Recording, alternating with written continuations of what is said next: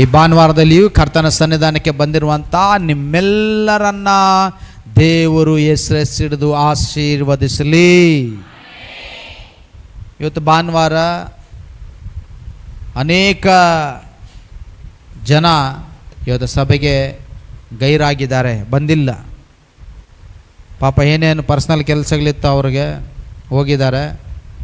ಆದರೆ ನೀವಾದರೂ ಇವತ್ತು ಭಾನುವಾರ ನಮ್ಮೆಲ್ಲ ಕೆಲಸಗಳನ್ನು ಬದಿಗಿಟ್ಟು ನಾನು ದೇವರ ಸನ್ನಿಧಾನಕ್ಕೆ ಹೋಗಲೇಬೇಕು ಅನ್ನುವಂಥ ದಾಹದಿಂದ ದೇವರ ಸನ್ನಿಧಾನಕ್ಕೆ ಬಂದಿರುವಂಥ ನಿಮ್ಮೆಲ್ಲರಿಗೆ ದೇವರು ಜೀವ ಜಲವನ್ನು ಕೊಡಲಿ. ನಿಮ್ಮೆಲ್ಲರಿಗೆ ದೇವರು ಜೀವ ಜಲವನ್ನು ಕೊಡಲಿ. ನಿಮ್ಮೆಲ್ಲರಿಗೆ ದೇವರು ಆರೋಗ್ಯ ಆಯಸ್ಸನ್ನು ಕೊಡಲಿ. ನಿಮಗೆ ದೇವರು ತನ್ನ ದಯೆ ತನ್ನ ಕೃಪೆಯನ್ನು ಏರಳವಾಗಿ ಅನುಗ್ರಹಿಸಲಿ. ನಮ್ಮ ದೇವರು ಆಶೀರ್ವದಿಸುವಂಥ ದೇವರಾಗಿದ್ದಾರೆ. ಹಲ್ಲೆಲೂಯಾ. ಆಶೀರ್ವದಿಸುವಂಥ ದೇವರು ಮಾತ್ರನೇ ಆಗಿರದೆ ಆತನು ಮಾತಾಡುವಂಥ ದೇವರಾಗಿದ್ದಾನೆ. ಯಾಕಂದರೆ ವಾಕ್ಯವೇ ನಮಗೆ ದೇವರಾಗಿದ್ದಾರೆ. ವಾಕ್ಯನೇ ನಮಗೆ ಆಶ್ರಯವಾಗಿದೆ. ವಾಕ್ಯನೇ ನಮಗೆ ಮಾರ್ಗದರ್ಶನವಾಗಿದೆ. ವಾಕ್ಯನೇ ನಮಗೆ ಬೆಳಕಾಗಿದೆ. ವಾಕ್ಯನೇ ನಮ್ಮನ್ನು ನಡೆಸುವಂಥದ್ದಾಗಿದೆ. ಆದ್ದರಿಂದ ವಾಕ್ಯವನ್ನು ಕೇಳುವಾಗ ನಾವು ಶ್ರದ್ಧೆಯಿಂದ ಭಕ್ತಿಯಿಂದ ದೇವರ ವಾಕ್ಯಗಳನ್ನು ಕೇಳೋಣವಾ? ದೇವರ ವಾಕ್ಯ ಕೇಳಲಿಕ್ಕೆ ರೆಡಿ ಇರೋರು ಒಂದು ಕೈ ಎರಡು ಕೈ ಮೇಲೆ ಎತ್ತಿ ಒಂದು ಆಮೇನ್ ಆಮೇನ್. ಇವತ್ತಿನ ವಾಕ್ಯ ಭಾಗವನ್ನು ನಾವು ಓದ್ಕೊಳ್ಳೋಣ. 1 ಸಾಮ್ವೇಲನು ಬರೆದಂಥ ಪುಸ್ತಕ 17ನೇ ಅಧ್ಯಾಯ 40ನೇ ವಾಕ್ಯ. 1 ಸಾಮ್ವೇಲ್ ಚಾಪ್ಟರ್ 17 ವರ್ಸ್ 14. 1 ಸಾಮ್ವೇಲ 17ನೇ ಅಧ್ಯಾಯ 40ನೇ ವಾಕ್ಯವನ್ನು ಈ ಸಮಯದಲ್ಲಿ ತನ್ನ ಕೋಲನ್ನು ತೆಗೆದುಕೊಂಡು ಹೊರಟು ಹಳ್ಳದಲ್ಲಿ 5 ನುಣುಪುಕಲ್ಲುಗಳನ್ನು ಹಾರಿಸಿಕೊಂಡು ಅವುಗಳನ್ನು ಕುರುಬರ ಪದ್ಧತಿಯಂತೆ ತನಗಿರುವ ಸೊಂಟ ಚೀಲದಲ್ಲಿ ಹಾಕಿ ಕೈಯಲ್ಲಿ ಕವಣೆಯನ್ನು ಹಿಡಿದು ಫಿಲಿಷ್ಟಿಯನ ಬಳಿಗೆ ಹೋದನು. ಆಮೇನ್ ಆಮೇನ್. ಹಲ್ಲೆಲೂಯಾ. ನಮಗೆಲ್ಲರಿಗೂ ತುಂಬ ಚೆನ್ನಾಗಿ ಗೊತ್ತಿರುವಂಥ ಒಂದು ವಿಷಯ ಏನಪ್ಪ ಅಂದರೆ ದಾವೀದನದು ಮತ್ತು ಗೊಲ್ಯಾತನದು. ಎಷ್ಟರಿಗೆ ದಾವೀದನ ಬಗ್ಗೆ ಗೊಲ್ಯಾತನ ಬಗ್ಗೆ ಗೊತ್ತು? ದಾವೀದನ ಬಗ್ಗೆ ಗೊಲ್ಯಾತನ ಬಗ್ಗೆ ಇನ್ನೂ ನಮ್ಗೆ ಗೊತ್ತಿಲ್ಲ ಅಂತಂದರೆ ನೀವು ಇಲ್ಲಿ ಕೂತ್ಕೊಳ್ಬಾರ್ದು, ಸಂಡೇ ಸ್ಕೂಲ್ಗೆ ಹೋಗಬೇಕು. ದಾವೀದನ ಬಗ್ಗೆ ಗೊಲ್ಯಾತನ ಬಗ್ಗೆ ನಿಮ್ಗೆ ಇನ್ನೂ ಗೊತ್ತಿಲ್ಲ ಅಂತಂದರೆ ನಾವು ಇಲ್ಲಿ ಕೂತ್ಕೊಳ್ಳೋ ಅಗತ್ಯ ಇಲ್ಲ. ಹೊಸ ವಿಶ್ವಾಸಗಳು ಬಿಟ್ಟು ಹಳೆ ವಿಶ್ವಾಸಗಳಿಗೆ ಇನ್ನೂ ದಾವೀದನ ಬಗ್ಗೆ ಗೊಲ್ಯಾತನ ಬಗ್ಗೆ ಗೊತ್ತಿಲ್ಲ ಅಂತಂದರೆ ಸಂಡೇ ಸ್ಕೂಲ್ಗೆ ಹೋಗಿ ಕೂತ್ಕೋಬೇಕು ನಾವು. ಯಾಕೆ ಅಂತಂದರೆ ಬೈಬಲಲ್ಲಿ ಸುಪ್ರಸಿದ್ಧವಾಗಿರುವಂಥ ವಿಷಯಗಳಲ್ಲಿ ಅತೀ ಪ್ರಸಿದ್ಧವಾಗಿರುವಂಥ ವಿಷಯ ದಾವೀದನದು ಗೊಲ್ಯಾತನದು. ಗೊಲ್ಯಾತ ಅಂದರೆ ಅವನೊಬ್ಬ ದೊಡ್ಡ ರಾಕ್ಷಸ, ಬಹಳ ಉದ್ದ, ಬಹಳ ದಪ್ಪ. ಅವನು ಇಡೀ ದೇಹವೆಲ್ಲ ಕವರ್ ಮಾಡ್ಕೊಂಡು ಅವನೇನು ಮಾಡ್ತಾಯಿದ್ದ, ಇಸ್ರಾಯೇಲರನ್ನ 40 ದಿನಗಳ ಕಾಲ ಅವನು ಪೀಡಿಸ್ತಾ ಇದ್ನಂತೆ. ಯಾರಾದರೂ ಬಂದು ನನ್ನನ್ನು ಸೋಲಿಸ್ರಿ, ಯಾರಾದರೂ ಬಂದು ನನ್ನನ್ನು ಸೋಲಿಸಿದ್ರೆ ಫಿಲಿಷ್ಟಿಯ ದೇಶದಲ್ಲಿ ಇರುವಂಥವ್ರು ಎಲ್ಲರೂ ನಾವು ನಿಮಗೆ ದಾಸರಾಗ್ತೀವಿ.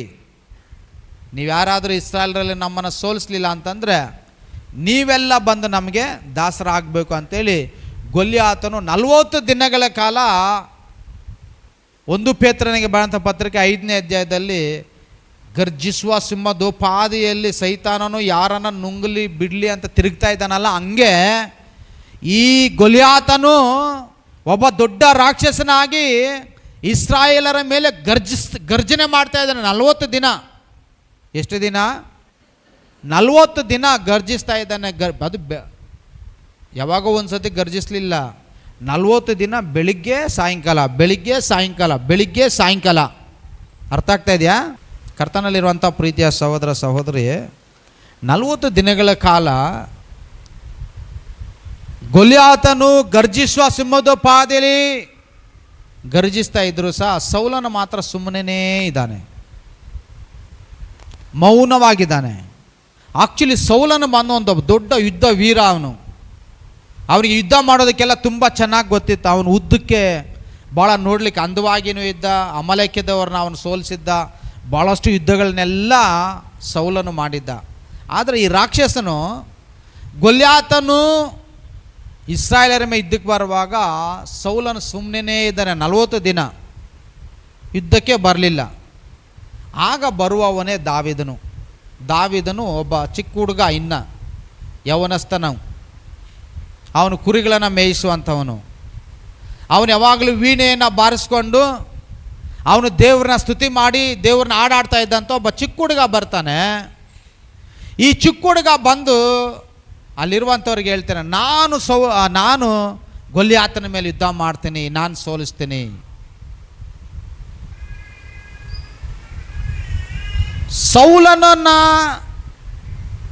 ಸೌಲನು ಗೊಲ್ಯಾತನ ಮೇಲೆ ಯುದ್ಧವನ್ನು ಮಾಡಿದ ಅವನು ಬಚ್ಚಿಟ್ಕೊಂಡಿರುವಂಥ ಸಮಯದಲ್ಲಿ ಒಬ್ಬ ಚಿಕ್ಕ ಹುಡುಗ ಬಂದು ನಾನು ಯುದ್ಧ ಮಾಡ್ತೀನಿ ಅಂದಾಗ ಸೌಲನು ಮೊದಲು ಆಯಿತು ನಿನ್ನ ಕೈಯಲ್ಲಿ ಆಗಲ್ಲ ಅಂದ್ರೂ ಆಮೇಲೆ ಸೌಲನು ದಾವೀದನನ್ನು ಕಳಿಸ್ಕೊಡ್ತಾನೆ, ಆಯ್ತು ಹೋಗಿ ಯುದ್ಧ ಮಾಡು ಅಂತ.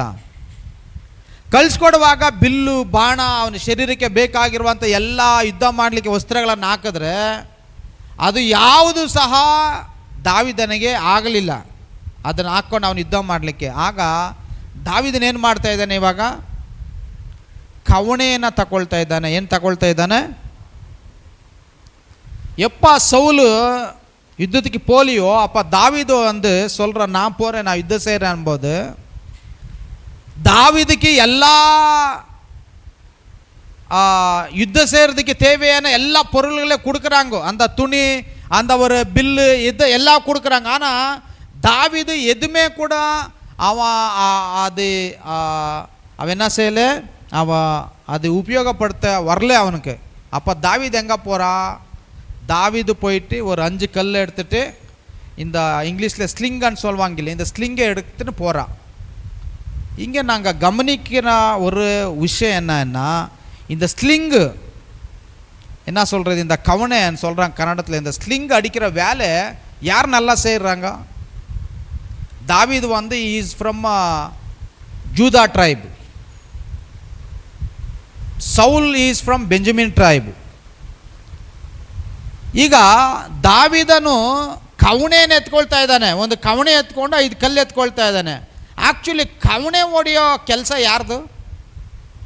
ಕವಣೆ ಹೊಡೆಯೋ ಕೆಲಸ ಯಾರು ಮಾಡ್ತಾಯಿದ್ರು ಬೈಬಲಲ್ಲಿ ಗೊತ್ತಾ ನಿಮಗೆ? ದಾವೀದನು ಬಂದು ಯೂದ ಕುಲದವನು, ಸೌಲನು ಬಂದು ಬೆಂಜಮಿನ್ ಕುಲದವನು. ಈ ಕವಣೆ ಹೊಡೆಯೋದು ಯಾರ ಕೆಲಸ ಗೊತ್ತಾ? ಯೂದ ಕುಲದವ್ರ ಕೆಲಸ ಅಲ್ಲ ಈ ಕವಣೆ. ಇದು ಹಿಂಗೆ ತಿರುಗಿಸಿ ಹೊಡಿತಾರಲ್ಲ ಈ ಕವಣೆ, ಇದು ಯೂದ ಕುಲದವ್ರಿಗೆ ಅಷ್ಟು ಚೆನ್ನಾಗಿ ಬರ್ತಾ ಇರಲಿಲ್ಲ. ಈ ಕವಣೆ ತಿರುಗಿಸೋ ಕೆಲಸ ಯಾರ ಕೆಲಸ ಅಂದರೆ ಇದು ಬೆಂಜಮಿನ್ ಕುಲದವ್ರ ಕೆಲಸ. ನೀವು ನ್ಯಾಯಸ್ಥಾಪಕರಲ್ಲಿ ಒಂದು ಪುಸ್ತಕವನ್ನು ತೆಗೀರಿ, ನ್ಯಾಯಸ್ಥಾಪಕರು 20ನೇ ಅಧ್ಯಾಯ 15ನೇ ವಾಕ್ಯ 16ನೇ ವಾಕ್ಯ. இந்த ஸ்லிங் அடிக்கிற வேலை இது வந்து பெஞ்சமின் ட்ரைபுது, அவங்க நல்லாவா அடிக்கிறாங்க இந்த ஸ்லிங்கு. இந்த ஜூதா ட்ரைப் வந்து இவங்க பைபிளை எங்கேயுமே இல்லை இந்த ஸ்லிங் வந்து நல்லா அடிக்கிறாங்கன்னு சொல்லிட்டு. நம்ம the book of Judges chapter 20 verse 15 and 16 நாங்கள் பார்க்கும்பொழுது, ಆ ದಿವಸದಲ್ಲಿ ಆಯಾ ಊರುಗಳಿಂದ ಯುದ್ಧ ಸನ್ನದ್ಧರಾಗಿ ಕೂಡಿ ಬಂದ ಬೆನಾಮಿನ್ಯರ ಸಂಖ್ಯೆಯು 26,000ವಾಗಿತ್ತು. ಇವರಲ್ಲದೆ ಗಿಬೆಯದಲ್ಲಿಯೇ 700 ಮಂದಿ ಯುದ್ಧವೀರರಿದ್ದರು. ಈ ಎಲ್ಲ ಜನರಲ್ಲಿ 700 ಮಂದಿ ಎಡಚರಾದ ಯುದ್ಧವೀರರು. ಅವರಲ್ಲಿ ಪ್ರತಿಯೊಬ್ಬನು ಎಳೆಯಷ್ಟು ಗುರಿ ತಪ್ಪದ ಹಾಗೆ ಕವಣೆಯನ್ನು ಹೊಡೆಯುವುದರಲ್ಲಿ ನಿಪುಣನು. ಈ ಬೆಂಜಮಿನ್ ಕುಲದವರು ಏನೋ ಬೆಂಜಮಿನ್ ಕುಲದವರು ಒಂದು ಕೂದಲನ್ನ ನೋಡಿ ಅಲ್ಲಿ ಹಿಂದೆಗಡೆ ಒಂದು ಗೋಡೆಗೆ ಹಾಕಿಬಿಟ್ಟು ಒಂದು ಚಿಕ್ಕ ಕೂದಲನ್ನು ಹಾಕಿಬಿಟ್ಟು ಅವ್ರಿಗೆ ಒಂದು ಕವಣೆ ಕೊಟ್ಬಿಟ್ರೆ ಬೆಂಜಮಿನ್ ಕುಲದವರು ಇವ್ರು ತಿರುಗಿಸಿ ಹೆಂಗೆ ಹೊಡಿತಾ ಇದ್ರಂತೆ, ಆ ಕೂದಲಿಗೆ ಗುರಿ ಇಟ್ಟು ಹೊಡೆಯುವ, ಆ ಕೂದಲಿಗೆ ಹೋಗಿ ತಗುಲುವಷ್ಟು ಗುರಿ ಇಟ್ಟು ಹೊಡೆಯುವಂಥ ನಿಪುಣರು ಯಾರು? ಬೆಂಜಮಿನ್ ಕುಲದವರು. ಯಾರು? ಬೆಂಜಮಿನ್ ಕುಲದವರು. ಸೌಲನು ಯಾರು? ಬೆಂಜಮಿನ್ ಕುಲದವನು. ಸೌಲನು ಯಾರು? ಸೌಲನು ಬಂದು ಬೆಂಜಮಿನ್ ಕುಲದವನು. ಇವನಿಗೆ ಆ ಕವಣೆ ಹೊಡೆಯೋ ಚೆನ್ನಾಗಿ ಗೊತ್ತು, ಯಾಕಂದರೆ ಅವರ ಪೂರ್ವಜರಿಂದ ಬಂದಿರುವಂಥ ವಿದ್ಯೆ ಇದು. ಅರ್ಥ ಆಗ್ತಾ ಇದೆಯಾ? ಈ ಕವಣೆ ಹೊಡೆಯೋ ಕೆಲಸ ಸೌಲನಿಗೆ ಗೊತ್ತಿದ್ರು ಸಹ ಸೌಲನು ಕವಣೆ ಹೊಡಿಲಿಲ್ಲ. ಯುದ್ಧ ಮಾಡಲಿಕ್ಕೆ ಬಾಣ ಬಿಡುವಂಥ ಕೆಲಸನೂ ಸೌಲನಿಗೆ ಚೆನ್ನಾಗಿ ಗೊತ್ತು, ಬಾಣ ಬಿಡಲಿಲ್ಲ. ಗೊಲ್ಯಾತನು ಬರ್ತಾ ಇದ್ದಾನೆ, 40 ದಿನ ಬೆಳಿಗ್ಗೆ ರಾತ್ರಿ ಗರ್ಜಿಸ್ತಾನೆ, ಭಯಪಡಿಸ್ತಾನೆ. ಎಲ್ಲರೂ ಗೊಲ್ಯಾತನ ನೋಡಿ ಭಯಪಟ್ಕೊಂಡು ಹೋಗ್ತಾ ಇದ್ದಾರೆ. ಯೂದ ಕುಲದಲ್ಲಿ ಯಾರು ಸಹ ಕವಣೆಯನ್ನು ಉಪಯೋಗ ಮಾಡಿದ್ದು ಬೈಬಲಲ್ಲಿ ಇಲ್ಲ. ಯೂದ ಕುಲದವನು ಯಾರು?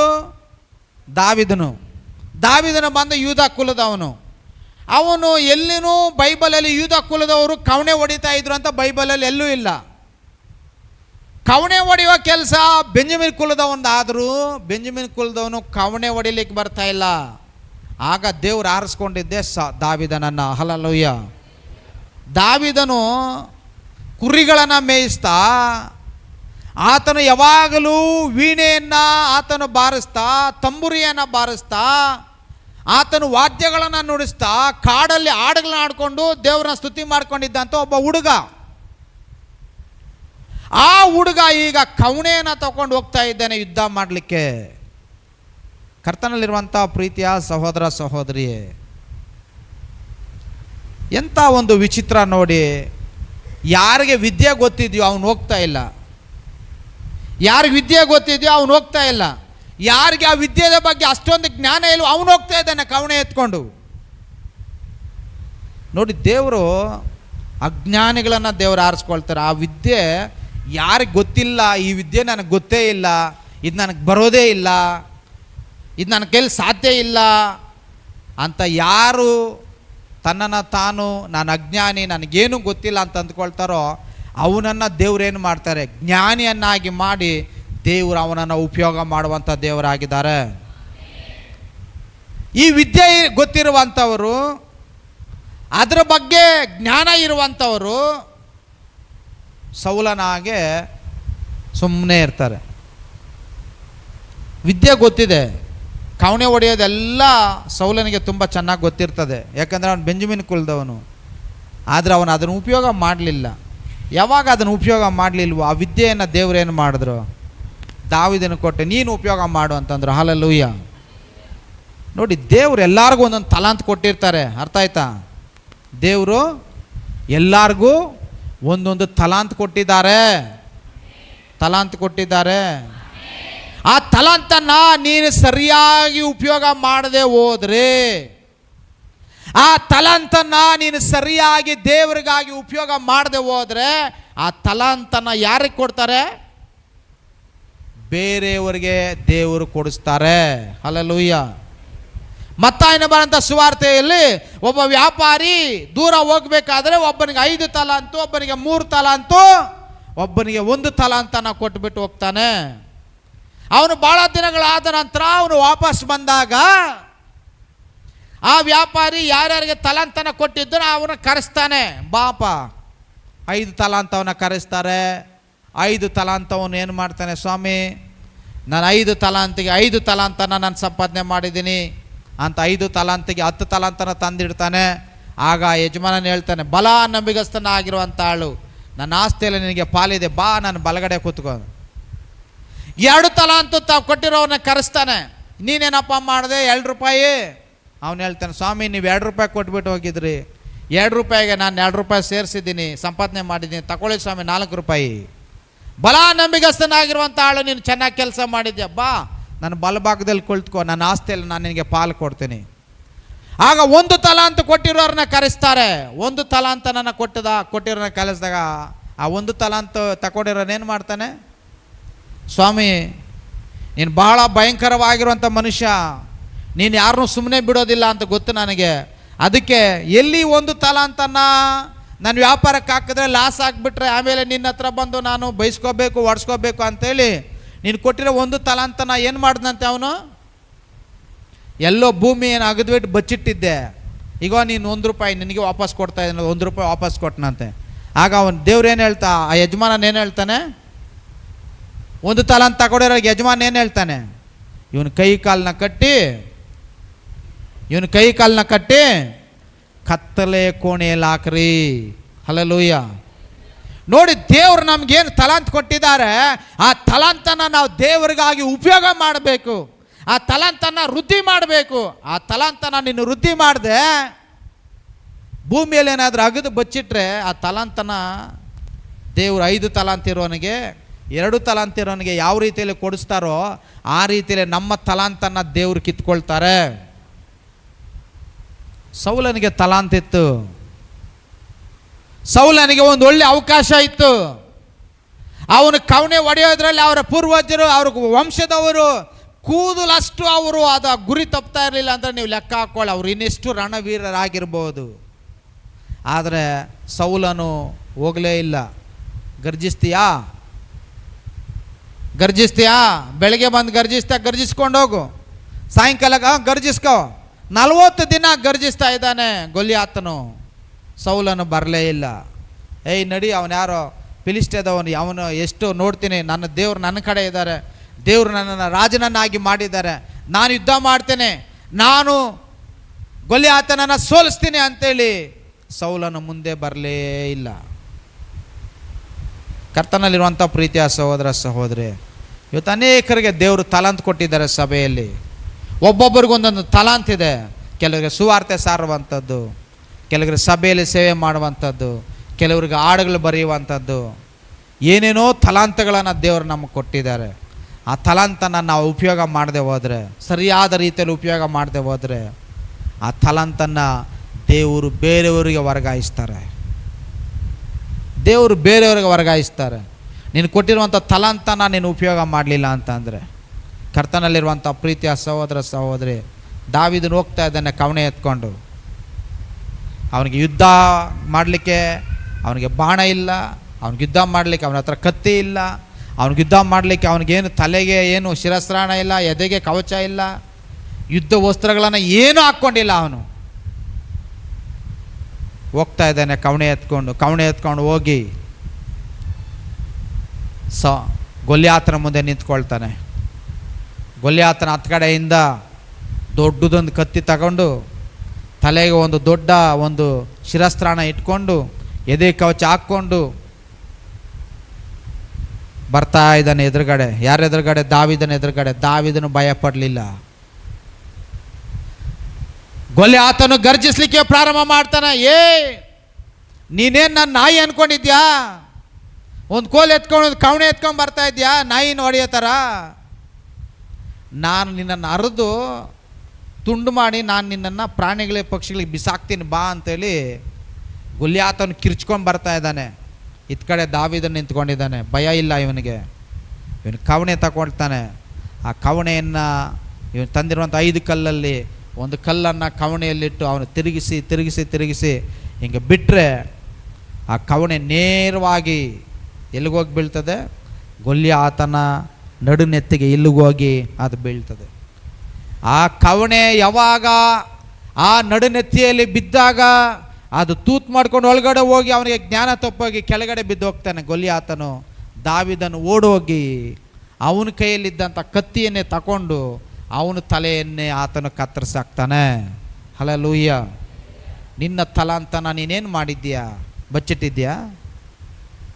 ದೇವ್ರು ನಿನಗೇನು ವರ ಕೊಟ್ಟಿಲ್ಲ ಅದು ಗೊತ್ತಿಲ್ವಾ ನಿಮಗೆ? ಇನ್ನು ನಿನ್ನ ತಲಾಂತ ಏನು ಅಂತೇಳಿ ತಿಳ್ಕೊಂಡಿದ್ದೀರಾ ನೀವು?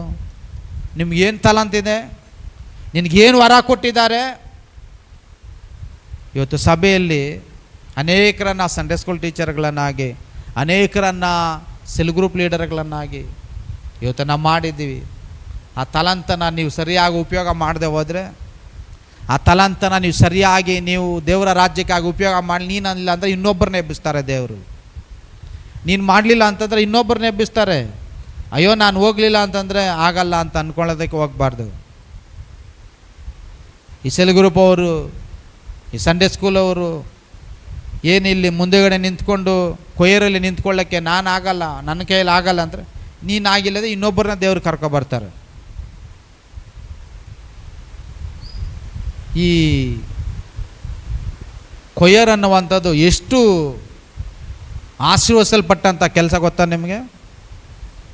ಏಷ್ಯಾನವಾಂತ ಪ್ರವಾದನೆ ಪುಸ್ತಕ 6ನೇ ಅಧ್ಯಾಯದಲ್ಲಿ ಸಿರಾಫಿಯರು, ಕಿರೋಬಿಯರು 6 ರೆಕ್ಕೆ ಇಟ್ಕೊಂಡು 6 ರೆಕ್ಕೆ ಬಡ್ಕೊಂಡು ಅವ್ರೇನು ಮಾಡ್ತಂತೆ? ದೇವ್ರನ್ನ ಪರಿಶುದ್ಧನು ಪರಿಶುದ್ಧನು ಪರಿಶುದ್ಧನು ಅಂತೇಳಿ ದೇವ್ರನ್ನ ಸ್ತುತಿಸ್ತಾರಂತೆ. ಎಷ್ಟೊಂದು ಸಭೆಗಳಲ್ಲಿ ನಮಗೆ ಹಾಡುಗಳಾಡಲಿಕ್ಕೆ ಚಾನ್ಸ್ ಇಲ್ಲ, ಹಾಡುಗಳಾಡಲಿಕ್ಕೆ ಮುಂದೆ ಬಿಡಲ್ಲ ಅಂತೇಳಿ ಕಂಪ್ಲೇಂಟ್ಗಳಿದ್ದಾವೆ. ನಮ್ಮ ಚರ್ಚಲ್ಲಿ ಹಾಡುಗಳಾಡಲಿಕ್ಕೆ ಒಂದು ಕೊಯರ್ ಡ್ರೆಸ್ಸನ್ನು ತರಿಸಿ ಒಂದು ಕೊಯರ್ ಡ್ರೆಸ್ಸನ್ನು ಇಲ್ಲಿಟ್ಟು ಎಲ್ಲ ಸೆಲ್ ಗ್ರೂಪ್ ಅವರು ಸಂಡೇ ಸ್ಕೂಲ್ ಅವರು ಮುಂದೆಗಡೆ ಬಂದು ಆ ಬಟ್ಟೆಯನ್ನು ಹಾಕ್ಕೊಂಡು ನೀವು ದೇವರ ಸ್ತುತಿಸ್ರಿ ಅಂತಂದರೆ ಮುಂದೆ ಬರ್ತಾ ಇಲ್ಲ. ಪರವಾಗಿಲ್ಲ, ನೀವು ಬರಲಿಲ್ಲ ಅಂತಂದರೆ ದೇವ್ರು ಇನ್ನೊಬ್ಬರನ್ನ ಎಬ್ಬಿಸ್ತಾರೆ. ಇನ್ನೊಬ್ಬರನ್ನ ಎಬ್ಬಿಸೋದಕ್ಕಿಂತ ಮುಂಚೆ ನೀನು ಇವತ್ತು ಪಶ್ಚಾತ್ತಾಪ ಪಟ್ಟು ಇವತ್ತು ನೀನು ದೇವರ ಸನ್ನಿಧಾನದಲ್ಲಿ ದೇವರೇ ನಾನು ತಪ್ಪಾಯಿತು, ನನಗೆ ಒಪ್ಪಿಸ್ಕೊಟ್ಟಿರುವಂಥ ಕೆಲಸವನ್ನು ನಾನು ಮಾಡ್ತೀನಿ ಅಂತ ನೀನು ಒಪ್ಕೊಂಡ್ರೆ ದೇವರು ನಿನ್ನನ್ನು ಆಶೀರ್ವಾದನ ಮಾಡಿ ನಿನ್ನ ತಲಾಂತನ 2ರಷ್ಟು ದೇವರು ಜಾಸ್ತಿಯನ್ನು ಮಾಡ್ತಾರೆ. ನೀನೇನಾದರೂ ಒಪ್ಕೊಳ್ಳಿಲ್ಲ, ನೀನೇನಾದರೂ ಪಶ್ಚಾತ್ತಾಪ ಪಡಲಿಲ್ಲ, ನೀನೇನಾದರೂ ದೇವರಿಗೆ ನಿನ್ನನ್ನು ನೀನು ಸಮರ್ಪಣೆ ಮಾಡಲಿಲ್ಲ ಅಂದರೆ ನಿನ್ನನ್ನು ತೆಗೆದು ನಿನ್ನ ಸ್ಥಾನದಲ್ಲಿ ಇನ್ನೊಬ್ಬರನ್ನ ದೇವರು ನಿಲ್ಲಿಸ್ತಾರೆ. ಸೌಲನನ್ನು ತೆಗೆದುಹಾಕಿದ್ರು. ಯಾಕೆ ತೆಗೆದುಹಾಕಿದ್ರು? ಸೌಲನಲ್ಲಿ ಸ್ವಲ್ಪವೂ ಎಳ್ಳಷ್ಟು ಪಶ್ಚಾತ್ತಾಪದ ಮನಸ್ಸು ಅವನಲ್ಲಿ ಇರಲಿಲ್ಲ. 2-3 ಸಾರಿ ದೇವ್ರು ಹೇಳಿರುವಂಥ ಮಾತುಗಳಿಗೆ ಅವನು ಅವಿಧೇಯನಾಗ್ತಾನೆ. ದೇವ್ರು ಹೇಳಿರುವಂಥ ಮಾತನ್ನು ಅವನು ಕೇಳೋದಿಲ್ಲ. ದೇವ್ರು ಒಂದು ಹೇಳಿದ್ರೆ ಅವನೊಂದು ಮಾಡ್ತಾನೆ. ನೀನು ಹಿಂಗೆ ಮಾಡಪ್ಪ ಅಂದರೆ ಅವನು ಹಂಗೆ ಮಾಡ್ತಾನೆ. ಅವನು ಹೇಳ್ತಾನೆ ನಾನು ಮಾಡಿದ್ದೆ ಸರಿ ಸ್ವಾಮಿ. ಈ ಓವರ್ ಆ್ಯಕ್ಟಿಂಗ್ ಅಂತ ಹೇಳ್ತಾರಲ್ವ, ಗೊತ್ತಾ? ಕೆಲವು ವಿಶ್ವಾಸಗಳನ್ನ ನೋಡಿ, ಸುಮಾರು ಜನ ವಿಶ್ವಾಸಗಳಿಗೆ ನಮ್ಮ ಚರ್ಚಲ್ಲಿಲ್ಲ ಓವರ್ ಆ್ಯಕ್ಟಿಂಗ್ ಮಾಡೋರು. ಏನು ಹೇಳ್ತು ಆ ಕೆಲಸ ಮಾಡಲ್ಲ, ಅದನ್ನು ಓವರ್ ಆ್ಯಕ್ಟ್ ಮಾಡೋದು. ಆ ರೀತಿಯಲ್ಲಿ ಓವರ್ ಆ್ಯಕ್ಟಿಂಗನ್ನು ನಾವು ಮಾಡ್ಲಿಕ್ಕೆ ಹೋಗಬಾರ್ದು. ಏನು ಗೊತ್ತಾ? ಒಂದು ಮಾರ್ಗ, ಈ ಮಾರ್ಗ ಅಂದರೆ ಈ ಮಾರ್ಗದಲ್ಲಿ ನಾವು ನಡಿಬೇಕು. ಈ ಮಾರ್ಗ ಬಿಟ್ಟು ಇನ್ನೊಂದು ಮಾರ್ಗಕ್ಕೆ ಹೋಗಬಾರ್ದು. ಸೌಲನಾಗೆ ಒಂದು ಮಾರ್ಗ ಆರಿಸ್ಕೊಂಡ್ರೆ ಆ ಮಾರ್ಗದಲ್ಲೇ ನಾವು ಇರಬೇಕೇ ಹೊರತು ಸೌಲನಾಗೆ ಇನ್ನೊಂದು ಮಾರ್ಗಕ್ಕೆ ನಾವು ಹೋಗಬಾರ್ದು. ನಾನು ಹೋಗಲಿಲ್ಲ ಅಂದರೆ ಏನು ಆಗಲ್ಲ, ಅಲ್ಲಿ ನಾನು ಹೋಗಲಿಲ್ಲ ಅಂತಂದರೆ ಕ್ಲೋಸ್ ಆಗುತ್ತೆ. ಭಾಳಷ್ಟು ಜನ ನನ್ನ ವಿಷಯವಾಗಿ ಹೇಳಿದ್ದಾರೆ, ಬೆಂಜಮಿನ್ ಪಾಸ್ ಇದ್ರೇ ಚರ್ಚ್ ನಡೆಯೋದು ಚೆನ್ನಾಗಿ, ಬೆಂಜಮಿನ್ ಪಾಸ್ ಇಲ್ಲ ಅಂದರೆ ಚರ್ಚ್ ನಡೆಯೋದಿಲ್ಲ, ನೀವಿದ್ರೇ ಎಲ್ಲರೂ ನಿಮ್ಮ ಮಾತು ಕೇಳೋದು. ಇಲ್ಲ, ಒಂದು ವೇಳೆ ನಾನಿಲ್ಲ ಅಂತಂದರೂ ನನಗಿನ್ನ 100% ಇನ್ನೂ ಒಳ್ಳೆ ಸೇವೆ ಮಾಡುವಂಥ ಇನ್ನೊಬ್ಬ ಸೇವಕರನ್ನ ದೇವರು ತಂದು ನಿಲ್ಲಿಸ್ತಾರೆ. ಯಾಕಂದರೆ ಇದು ದೇವರ ಸೇವೆ, ಇದು ದೇವರು ಆತನ ಸೇವೆ. ಆತನ ಸೇವೆನ ದೇವರು ಯಾರು ಬರಲಿ ಯಾರು ಬರಲಿಲ್ಲ ಅಂತ ದೇವ್ರು ನಡೆಸ್ತಾರೆ. ಬೆಂಜಮಿನ್ ಪಾಸ್ಟರ್ ಇರಲಿ, ಬೆಂಜಮಿನ್ ಪಾಸ್ಟರ್ ಇಲ್ಲದೆ ಹೋಗಲಿ, ಅಥವಾ ಸೆಲ್ ಗ್ರೂಪ್ ಅವ್ರು ನೀವಿರಲಿ ನೀವು ಇಲ್ಲದೆ ಹೋಗ್ರಿ, ಅಥವಾ ಕೊಯ್ಯರವ್ರು ನೀವಿರ್ರಿ ನೀವು ಇಲ್ಲದೆ ಹೋಗ್ರಿ, ನೀವಿದ್ದರೂ ನೀವಿಲ್ಲ ಅಂದರೂ ದೇವರು ತನ್ನ ಸೇವೆಯನ್ನು ಮುನ್ನಡೆಸುವಂಥ ದೇವರಾಗಿದ್ದಾರೆ. ಹಲ್ಲೆಲೂಯ. ಕವಣೆ ಹೊಡೆಯುವ ಕೆಲಸ ಸೌಲನಾಗಿದ್ದರೂ ಸೌಲನು ಕವಣೆಯನ್ನು ಹೊಡಿಲಿಕ್ಕೆ ಬರಲಿಲ್ಲ. ಕವಣೆ ಹೊಡೆಯುವ ಕೆಲಸ ದಾವೀದನ ಅಲ್ಲದೆ ಹೋದರೂ ದಾವೀದನ ಅದೇ ಕವಣೆಯನ್ನು ಎತ್ಕೊಂಡು ಹೋಗಿ ಗೊಲಿಯಾತನನ್ನು ಸೋಲಿಸ್ತಾನೆ. ಕರ್ತನಲ್ಲಿರುವಂಥ ಪ್ರೀತಿಯ ಸಹೋದರ ಸಹೋದರಿ, ನೀನು ದೇವರ ಸನ್ನಿಧಾನದಲ್ಲಿ ಪ್ರಾರ್ಥನೆ ಮಾಡಿ ನಿನ್ನ ತಲಾಂತ ಏನು ಅನ್ನೋದನ್ನು ನೀನು ತಿಳ್ಕೋಬೇಕು. ದೇವರ ಸೇವೆಯಲ್ಲಿ ನಿನ್ನ ತಲಾಂತೇನು, ಕುಟುಂಬದಲ್ಲಿ ನಿನ್ನ ತಲಾಂತೇನು, ಆ ತಲಾಂತನ ದೇವರೇ ನನಗೆ ಈ ತಲಾಂತಿದೆ, ಇದನ್ನು ನಾನು ಉಪಯೋಗ ಮಾಡಬೇಕಪ್ಪ ಅಂಥೇಳಿ ನಮ್ಮನ್ನು ತಗ್ಗಿಸ್ಕೊಂಡು ದೇವ್ರ ಹತ್ರ ಒಂದು ಸಂದರ್ಭಕ್ಕಾಗಿ ನಾವು ಪ್ರಾರ್ಥನೆ ಮಾಡಬೇಕು. ದೇವರೇ ಈ ತಲಾಂತನ ನಾನು ಸರಿಯಾಗಿ ಉಪಯೋಗ ಮಾಡಿಕೊಳ್ಳುವ ಹಾಗೆ ನನಗೆ ಸಹಾಯ ಮಾಡಪ್ಪ ಅಂತ. ಕರ್ತನಲ್ಲಿರುವಂಥ ಪ್ರೀತಿಯ ಸಹೋದರ ಸಹೋದರಿ, ನಮಗಿರುವಂಥ ತಲಾಂತನ್ನು ನಾವು ಸರಿಯಾಗಿ ಉಪಯೋಗವನ್ನು ಮಾಡಬೇಕು. ಗಾರೆ ಕೆಲಸ ಇದೆಯಾ ನಿನಗೆ ಟ್ಯಾಲೆಂಟು? ಗಾರೆ ಕೆಲಸದಲ್ಲಿ ನೀನು ಸರಿಯಾಗಿ ನಿನ್ನ ಒಂದು ಟ್ಯಾಲೆಂಟನ್ನು ತೋರಿಸಿದ್ರೆ ನಿನ್ನನ್ನು ಒಂದು ಮೇಸ್ತ್ರಿಯಾಗಿ, ನಿನ್ನನ್ನು ಒಂದು ದೊಡ್ಡ ಕಾಂಟ್ರಾಕ್ಟರಾಗಿ ದೇವರು ಮಾಡ್ತಾರೆ. ಆ ಟ್ಯಾಲೆಂಟನ್ನು ನೀನು ಸರಿಯಾಗಿ ಉಪಯೋಗ ಮಾಡಿಕೊಂಡ್ರೆ. ಪ್ಲಂಬಿಂಗ್ ಕೆಲಸ ಇದೆಯಾ, ಅದನ್ನು ಸರಿಯಾಗಿ ಉಪಯೋಗ ಮಾಡಿಕೊಂಡ್ರೆ ದೊಡ್ಡ ಕಾಂಟ್ರಾಕ್ಟರಾಗಿ ದೇವರು ಮಾಡ್ತಾರೆ. ಓದುವಂಥದ್ದು ಇದೆಯಾ, ಅದನ್ನು ಉಪಯೋಗ ಮಾಡಿಕೊಂಡ್ರೆ ಒಳ್ಳೆ ವಿಜ್ಞಾನಿಯಾಗಿ ದೇವರು ನಿನ್ನನ್ನು ಮಾರ್ಪಡಿಸ್ತಾರೆ. ನಿನಗೆ ಸಭೆಯಲ್ಲಿ ಏನಾದರೂ ಜವಾಬ್ದಾರಿ ಕೊಟ್ಟಿದ್ದಾರಾ, ಆ ಜವಾಬ್ದಾರಿಯನ್ನು ನೀನು ಪ್ರಾಮಾಣಿಕವಾಗಿ ನೀನು ಮಾಡಿದ್ರೆ ಆ ಜವಾಬ್ದಾರಿಯಲ್ಲಿ ನೀನು ಕೆಲವು ವರ್ಷಗಳಲ್ಲಿ ನಿನ್ನನ್ನು ಉನ್ನತವಾಗಿ ದೇವರು ಉಪಯೋಗವನ್ನು ಮಾಡ್ಕೊಳ್ತಾರೆ. ಹಲ್ಲೆಲೂಯ. ನೀನು ಕೊಟ್ಟಿರುವಂಥ ಕೆಲಸದಲ್ಲಿ ನೀನು ಪ್ರಾಮಾಣಿಕವಾಗಿಲ್ಲ ಅಂತಂದರೆ, ನೀನು ಕೊಟ್ಟಿರುವಂಥ ತಲಾಂತನ ನೀನು ಸರಿಯಾಗಿ ಉಪಯೋಗ ಮಾಡ್ಕೊಳ್ಳಿಲ್ಲ ಅಂತಂದರೆ ಸೌಲನ ಹಾಗೆ ನಾವೆಲ್ಲರೂ ನಶಿಸಿ ಹೋಗ್ತೇವೆ. ಸೌಲನ ಹಾಗೆ ನಾವು ದೇವರಿಂದ ದೂರ ತಳ್ಳಲ್ಪಡ್ತೀವಿ. ದೇವರು ನಮ್ಮನ್ನು ದೂರ ತಳ್ತಾರೆ. ದೇವರು ನಿನ್ನನ್ನು ಕತ್ತಲೆ ಕೋಣೆಯಲ್ಲಿ ಕೂಡಾಕ್ತಾರೆ. ಇವತ್ತು ನಿನಗೆ ಕೊಟ್ಟಿರುವಂಥ ತಲಾಂತಲ್ಲಿ ನೀನು ನಂಬಿಗಸ್ತನಾಗಿದ್ದೀಯಾ? ನಿನಗೆ ಕೊಟ್ಟಿರುವಂಥ ಕೆಲಸದಲ್ಲಿ ನೀನು ನಂಬಿಗಸ್ತಳಾಗಿ ನೀನು ದುಡಿತಾ ಇದೆಯಾ? ನಾವು ಯೋಚನೆ ಮಾಡಬೇಕಾಗಿದೆ. ಬೈಬಲ್ ಭಾಳ ಸ್ಪಷ್ಟವಾಗಿ ನಮ್ಗೆ ಹೇಳುವಂಥ ಮಾತು, ನಮಗೆಲ್ಲರಿಗೂ ತುಂಬ ಚೆನ್ನಾಗಿ ಗೊತ್ತಿರುವಂಥ ವಾಕ್ಯ, ಮತ್ತಾಯ 6ನೇ ಅಧ್ಯಾಯ 33ನೇ ವಾಕ್ಯ. ದೇವರ ರಾಜ್ಯಕ್ಕಾಗಿ, ರತ್ನಕ್ನವರೇ, ದೇವರ ರಾಜ್ಯಕ್ಕಾಗಿ ನೀತಿಗಾಗಿ ತವಕ ಪಡಿರಿ, ಆಗ ಎಲ್ಲವೂ ನಿನಗೆ ಕೊಡಲ್ಪಡುವುದು. ಹಲ್ಲೆಲೂಯ. ದೇವರ ರಾಜ್ಯಕ್ಕಾಗಿ ನೀತಿಗಾಗಿ ನೀನು ತವಕ ಪಡುವಾಗ ನಿನಗೆ ಎಲ್ಲವನ್ನ ದೇವರು ಅನುಗ್ರಹಿಸುವಂಥ ದೇವರಾಗಿದ್ದಾರೆ. ನಿನಗೆಲ್ಲವನ್ನ ದೇವರು ಕೊಡುವಂಥ ದೇವರಾಗಿದ್ದಾರೆ. ಕರ್ತನಲ್ಲಿರುವಂಥ ಪ್ರೀತಿಯ ಸಹೋದರ ಸಹೋದರಿ, ನೀನು ದೇವರ ದೃಷ್ಟಿಯಲ್ಲಿ ಅತಿ ಅಮೂಲ್ಯನಾಗಿದ್ದೀಯ. ನಿನ್ನನ್ನು ದೇವರು ತಳ್ಳಿಬಿಡಲ್ಲ. ಏಕಾಏಕಿ ಒಂದೇ ಸತಿ ನಿನ್ನನ್ನು ದೂರ ತಳ್ಳಿಬಿಡಲ್ಲ. ನಿನಗೆ ಅನೇಕ ಸಂದರ್ಭಗಳನ್ನು ದೇವರು ಒದಗಿಸ್ಕೊಡ್ತಾರೆ. ನಿನ್ನನ್ನು ಕ್ಷಮಿಸಿ ನಿನ್ನನ್ನು ತಿದ್ದಿ ಉಪಯೋಗ ಮಾಡ್ಕೋಬೇಕು ಅಂತೇಳಿ ಅವತ್ತು ಸೌಲನನ್ನು ಬಿಸಾಕಿದಾಗೆ ಇವತ್ತಿಗೂ ದೇವರು ನನ್ನನ್ನು ಬಿಸಾಕಲಿಲ್ಲ, ನಿಮ್ಮನ್ನು ಇನ್ನೂ ದೇವರು ಬಿಸಾಕಲಿಲ್ಲ. ನಾವು ಇವಾಗಾದರೂ ಪಶ್ಚಾತ್ತಾಪಪಟ್ಟು ನಾವು ಇವಾಗಾದರೂ ದೇವ್ರ ಕಡೆಗೆ ತಿರುಗಿ, ದೇವರೇ ನೀನು ನನಗೆ ಕೊಟ್ಟಿರುವಂಥ ಕೆಲಸವನ್ನು ನಾನು ಪ್ರಾಮಾಣಿಕವಾಗಿ ಮಾಡ್ತೀನಪ್ಪ. ನಾನು ನಿನ್ನನ್ನು ನಂಬಿದಾಗ ನಾನು ಏನೇನು ಕೆಲಸ ಮಾಡ್ತಾಯಿದ್ದೆ ದೇವರ ರಾಜ್ಯಕ್ಕಾಗಿ ನೀತಿಗಾಗಿ, ಆ ಕೆಲಸವನ್ನು ನಾನು ಪ್ರಾಮಾಣಿಕವಾಗಿ ನಾನು ಮಾಡ್ತೀನಿ ಸ್ವಾಮಿ ಅಂತೇಳಿ ಇವತ್ತು ನೀನು ದೇವ್ರ ಹತ್ರ ಪ್ರಾರ್ಥನೆ ಮಾಡ್ತೀಯಾ?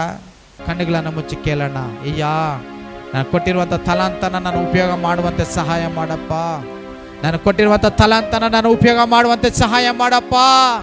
ಯೇಸುವೇ ನನಗೆ ಸಹಾಯ ಮಾಡು ಸ್ವಾಮಿ ಎಂಬುದಾಗಿ ಹೇಳೋಣ. ಆತನು ನಮಗೆ ಸಹಾಯ ಮಾಡುವಂಥ ದೇವರಾಗಿದ್ದಾರೆ. ನಿಂಗೇನು ತಲಾಂತ ಕೊಟ್ಟಿದ್ದಾರೆ? ಸೇವೆನಾ? ಅಥವಾ ಸೇವೆಗೆ ಹೋಗುವಂಥವ್ರಿಗೆ ಪ್ರಾರ್ಥನೆನಾ? ಅಥವಾ ನಿನಗೆ ಒಳ್ಳೆಯ ವ್ಯಾಪಾರ ಮಾಡಿ ನೀನು ದೇವರ ರಾಜ್ಯಕ್ಕಾಗಿ ಕಾಸು ಕೊಡುವ ಹಾಗೆ ಹಣ ಕೊಡುವ ಒಂದು ತಲಾಂತರ ದೇವ್ರು ನಿನಗೆ ಕೊಟ್ಟಿದ್ದಾರಾ? ಅಥವಾ ಹಾಡಾಡೋ ತಲಾಂತ ಕೊಟ್ಟಿದ್ದಾರಾ? ಆ ಥರ ಸೇವೆಗೆ ಹೋಗುವಂಥ ತಲಾಂತ ಕೊಟ್ಟಿದ್ದಾರಾ? ಬಚ್ಚಿಟ್ಕೋಬೇಡ. ಅದನ್ನು ದೇವರ ರಾಜ್ಯಕ್ಕಾಗಿ ಉಪಯೋಗ ಮಾಡ್ಕೋ. ಅವ್ರು ನನ್ನನ್ನು ಉಪಯೋಗ ಮಾಡಲಿಲ್ಲ, ಇವ್ರು ನನ್ನನ್ನು ಉಪಯೋಗ ಮಾಡಲಿಲ್ಲ ಅಲ್ಲ. ತಕ್ಕ ಸಮಯದಲ್ಲಿ ದೇವರು ನಮ್ಮನ್ನು ಉಪಯೋಗ ಮಾಡ್ತಾರೆ. ತಕ್ಕ ಸಮಯದಲ್ಲಿ ನಮ್ಮನ್ನು ತಗ್ಗಿಸ್ಕೊಂಡು ದೇವರಿಗೆ ನಮ್ಮನ್ನು ಒಪ್ಪಿಸ್ಕೊಟ್ರೆ, ಏಸಯ್ಯ ನನ್ನನ್ನು ಉಪಯೋಗ ಮಾಡಪ್ಪ ಅಂತೇಳಿ ದಾವಿದನಾಗೆ ನೀನು ದೇವರ ಸ್ತುತಿ ಮಾಡೋದಾದ್ರೆ ದಾವಿದನನ್ನು ಉಪಯೋಗ ಮಾಡಿದಾಗೆ ನಿನ್ನನ್ನು ಉಪಯೋಗ ಮಾಡ್ತಾರೆ. ಒಂದು ವೇಳೆ ಸೌಲನ ಮನಸ್ಸು ನಮಗಿದ್ರೆ, ದೇವರೇ ಅವಿಧೇಯತೆ ಮನಸ್ಸನ್ನು ತೆಗೆದಾಕಪ್ಪ, ನನಗೆ ವಿಧೇಯತೆಯ ಮನಸ್ಸನ್ನು ಕೊಡಪ್ಪ. ದೇವರೇ ನನ್ನನ್ನು ನಿನ್ನ ಸನ್ನಿಧಾನದಲ್ಲಿ ಚಿಕ್ಕ ಮಗುನಾಗೆ, ಚಿಕ್ಕ ಅಪ್ಪ ಮಗನಾಗೆ, ಚಿಕ್ಕ ಮಕ್ಕಳಾಗೆ ನನ್ನನ್ನು ನಾನು ಸಮರ್ಪಣೆ ಮಾಡ್ತೀನಿ ಸ್ವಾಮಿ ಅಂತೇಳಿ ನೀನು ಸಮರ್ಪಣೆ ಮಾಡ್ತೀಯಾ? ದೇವರು ನಿನ್ನನ್ನು ಉಪಯೋಗ ಮಾಡ್ಬೇಕಂತೇಳಿ ಆತನು ದೇವರು ಬಯಸ್ತಾನೆ. ಹಲ್ಲೆಲೂಯಾ. యేసయ్య ಸ್ತೋತ್ರ ಕರ್ತನೆ, ಆಶೀರ್ವಾದನ ಮಾಡಪ್ಪ, ನಮ್ಮನ್ನು ಉಪಯೋಗ ಮಾಡಪ್ಪ. ಇಲ್ಲಿ ಯಾರ್ಯಾರು ದೇವರೇ ತಲಾಂತನ ಇಟ್ಕೊಂಡಿದ್ದಾರೋ ಅವರವರ ತಲಾಂತಿಗೆ ತಕ್ಕ ಹಾಗೆ ನಿನ್ನ ಮಕ್ಕಳನ್ನ ನೀನು 30, 60, 90, 100 ಪಟ್ಟು 1000 ಪಟ್ಟು ಹೆಚ್ಚಾಗಿ ನೀನು ಆಶೀರ್ವಾದನ ಮಾಡು ಕರ್ತನೆ. ಬಂದಿರುವಂಥ ಯಾರೊಬ್ಬರು ದೇವರೇ ಬರಿಗೆ ಹೋಗ್ಬಾರ್ದಪ್ಪ.